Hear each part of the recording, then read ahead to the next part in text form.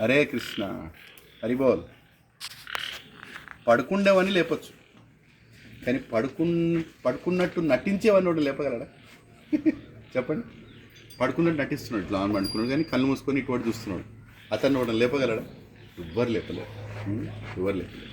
పడుకున్న లేపచ్చు. అజ్ఞానిని జ్ఞానం ఇవ్వచ్చు, కానీ నా జ్ఞానం ముందే ఉన్నదని అలా చెప్ప తిరిగేటువంటి ఎవరన్నా జ్ఞానం ఇవ్వగలరా? ఇవ్వలేరు కదా. అట్లే మనకు కూడా జ్ఞానం పెంచుకోవాలన్న ఆలోచన ఉండాలండి. రోజు ఏదో కొత్త విషయం నేర్చుకోవాలి, తప్పేం లేదు కదా.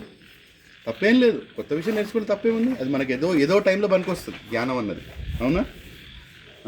సో అలా ఉండాలి. అలాంటి వ్యక్తుల చుట్టుపక్కల ఉండాలి. మీ మిత్రుడు ఎలాంటి వాళ్ళు ఉండాలి? రోజు ఏదో కొత్త విషయం నేర్చుకుంటే అట్లాంటి మిత్రులు ఉండాలి మీ దగ్గర. అట్లాంటి మిత్రుల మధ్యలో ఉన్నారనుకోండి, మీకు కూడా మంచి జ్ఞానం వస్తుంది, వాళ్ళకు కూడా మంచి జ్ఞానం వస్తుంది. మీ ద్వారా వారు నేర్చుకుంటారు, వారి ద్వారా మీరు నేర్చుకుంటారు. ఇటువంటి మనుషుల మధ్యలో ఉండాలండి మనము. ఇవాళ సమాజం ఎట్లయిపోయిందంటే నేనేం నేర్చుకోను, నాకు అన్నీ తెలుసు. లేకపోతే అన్నీ తెలుసు అని చెప్పినోడికి ఏం నేర్పిస్తుంది చెప్పండి? ముందట్లో ఏమన్నా నేను పడుకున్నాను లేపొచ్చు, కానీ పడుకుండేలాగా నటించామని ఎవరు లేపలేరు. ఎందుకు పుట్టాను, ఈ ప్రపంచం ఏంటి, ఈ జన్మ ఏంటి, ఈ జరా వ్యాధి ఏంటి, ఈ కౌమాతి ఏంటి,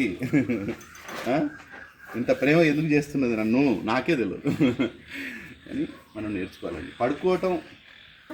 పడుకోవటం అంటే అజ్ఞానంగా ఉండటం చెడ్డ పనే, కానీ అజ్ఞానుడిలాగా నటించటం అస్సలు మంచిది కాదు.